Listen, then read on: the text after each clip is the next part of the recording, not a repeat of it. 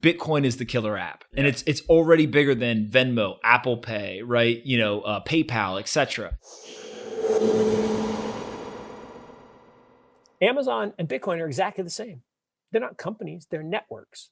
What does Amazon do? They don't make anything. They connect buyers and sellers. That's all they do. And they take a cut. What is Bitcoin, right? It is the fuel for the internet of value. It is the base layer protocol for money over internet protocol. Maybe the greatest invention I'll see in my lifetime. I hope to live a long time, biotech and all, but it could be, and I believe this, the greatest wealth creator in my lifetime, which is awesome. And I got a ringside seat because I ran into Dan Moorhead, who 7 years ago, look, telling a story on myself, not as smart as I think I am. So 7 years ago, Dan says, hey, come to San Francisco, let's talk. He says, I'm shutting down my hedge fund. I'm gonna start 2 funds, one to do Bitcoin, one to do blockchain infrastructure. I'm like, oh, infrastructure, picks and shovels. I'm in, love it. Bitcoin, I would say, look, I was not running drugs on Silk Road. I was not a cryptography student. Didn't get it. Bad mistake. Bitcoin fund, best performing hedge fund in the history of hedge funds. It's up about 250%. Not 250 times. 250 times. Now I made 11 times my money in Dan's first fund. I'm not complaining. And then the other funny story that you'll love, and other people have heard this, but so in 2015, my son was graduating from college. He said, go. He wanted to live in San Francisco. Go to San Francisco, go to Dan. He'll introduce you to some internet company or blockchain companies and just pick one. So he looked at Coinbase and Zappo and BitPesa and like, Dad, I don't know. It might be a big thing, but I'm just going to go with KPMG. It's safe, gets me to San Francisco. And so we got a chuckle over last Thanksgiving. He's like, okay, fine, Dad, you were right, but you're not as smart as you think you are. I'm like, oh, do tell. He's like, well, you didn't lever up the house and put it all in Bitcoin. I'm like, good point. Okay. And he got the last laugh because now he works for Snowflake and that's done okay. So the way that I describe Bitcoin and then a blockchain, 2 separate things. One with Bitcoin, I literally just say you trust an algorithm with everything else in your life, right? For the most part, at some point you're going to trust an algorithm with your money. Yeah. Right. Like, and you by trust the way, email, right? You trust the email to go. Well, and I use Google Maps, right? You trust it to tell you where you're going. Like you physically move your body depending on this algorithm. What information you put in. So the books it recommends you, the music it recommends you, all the stuff. You listen to an algorithm. Yeah. When you Google things, the algorithm tells you the answer. I mean, like it's pretty crazy how much algorithms drive our, our lives. At some point, you're going to trust an algorithm to just secure your money. Yeah. That's it, right? Yeah. And so Bitcoin's a great way to do that. When it comes from to a blockchain, what I basically describe is triple entry accounting. Yeah. We have two entry accounting, dual entry accounting today. There's been an invention of a piece of technology that now has created triple entry accounting. Triple entry accounting is really important because you no longer have to trust these centralized authorities. You can trust this triple entry accounting system. Most people are like, oh, triple entry accounting sounds pretty interesting, right? Yeah. Like, don't know what I would use it for, but like sounds interesting. And so I think it's, again, just what's the most basic concept? Yeah. And the way that I describe it to folks is it is a non-correlated asymmetric asset, meaning it does not move in lockstep with other assets, either up or down, right? Yeah. So the value drivers are different. A stock, for example, is driven by revenue, profits, GDP, interest rates, etc. This asset of Bitcoin is not driven by those same things. What are they driven by? Right? Well, it's driven by the fundamentals. It's a network, right? And so the advantage I had early in looking at this stuff is having worked at Facebook, I understand how networks and technology products grow, right? So I always use the example of if you have a mobile app and let's say you run a marketing campaign and you sign up 100 new people and then there's 30% of them, so 30 people, try out the product. They don't like it right after a week or two and they leave and they don't use it anymore. So they kind of churn out. Yeah. Well, you had a net gain of 70 people. Then there's another influx of users. Then there's some of the percentage of those churn out, right? Then you have another acquisition of users. Some of those churn out.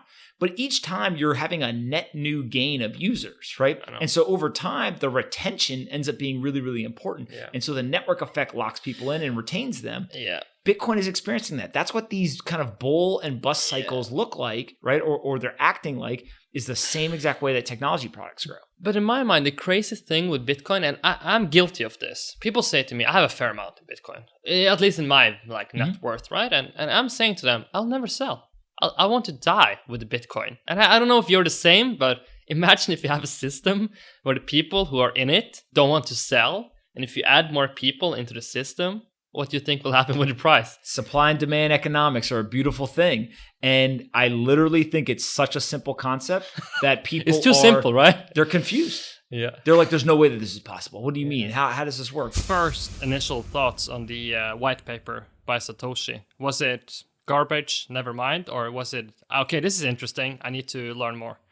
One, I don't understand what the hell this guy is on about. Two, I still don't understand what the guy is talking about. Three, why is this interesting? Four, how come that I don't understand this? Am I not smart enough? And then fifth, sixth, and seventh, starting to talk to people in the industry, I realized that this, and to be honest, I met, and as you probably know, Chris, I'm being invited on a number of occasions to talk to people in as a presenter. One of my early engagement with people around this paper was a group of people who came from crypto group in Denmark.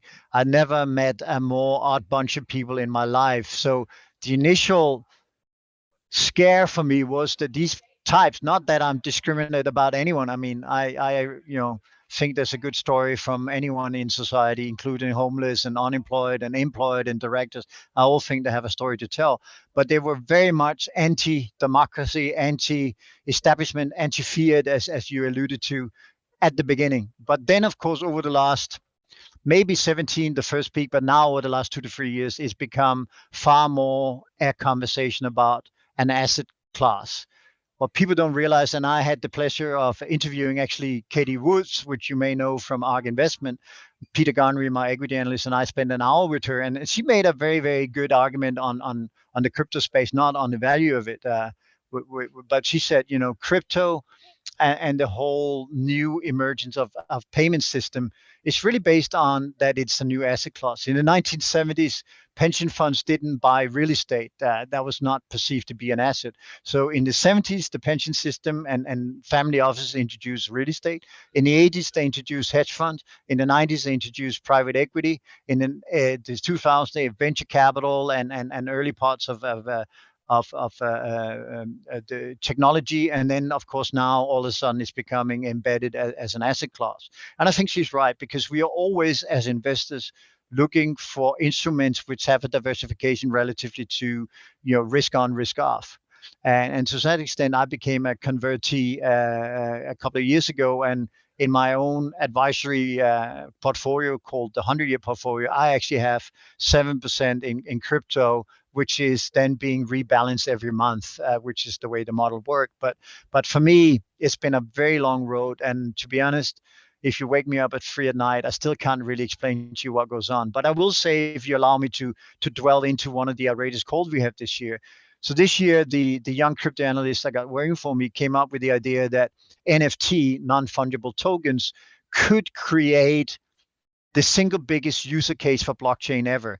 I think the technical issue, the commercial issue with the crypto space and blockchain has been, what is the user case? I mean, it should be elections, it should be internal pricing, it should be taxes, it should be a lot of things, but it's never really taking off the ground because the user cases are too small. But now comes the music industry with all the millions, if not billions, of followers, and you build an NFT platform that it sits on top of a blockchain, and all of a sudden you're moving not 1,000 or 2,000 people onto a blockchain, you're moving millions. Katy Perry is now out and moving all of her interaction with her fans onto a blockchain. And if you see at the pricing model going on in music industry, 90% of the money is retained by Spotify's and services like Spotify and the music record label companies. So the musicians wants to look for a model that gives them back the power. The fans doesn't really care whether the app is Spotify or through intermediation at blockchain. But the difference for the industry is that you're creating a commercially viable blockchain. And bottom line is that we potentially are creating through these NFTs, mainly right now in art and in music, the user case, which is going to be the building blocks potentially for blockchain. And then all of a sudden we move from the speculative wishing fiat money, anti-government, and everything ends to actually having something which is usable. And then ultimately, of course, we need this intersection with the fiat money to be the final leg. But if you can create the commercial case for this, I think the asset class issue is already addressed. If you're a fund manager today and you don't have exposure to crypto, you are underperforming by definition. So if you're in a relative performance business, you're underperforming. But now I also think there is an increased probability that we see a commercialization of this sector. And having said that, I have to say that the rule in Saxo is that if we do write and do research on crypto, it cannot be read or issued by anyone who's over the age of 30. So I'm obviously almost twice that age, so I'm disqualified for actually having an opinion on this.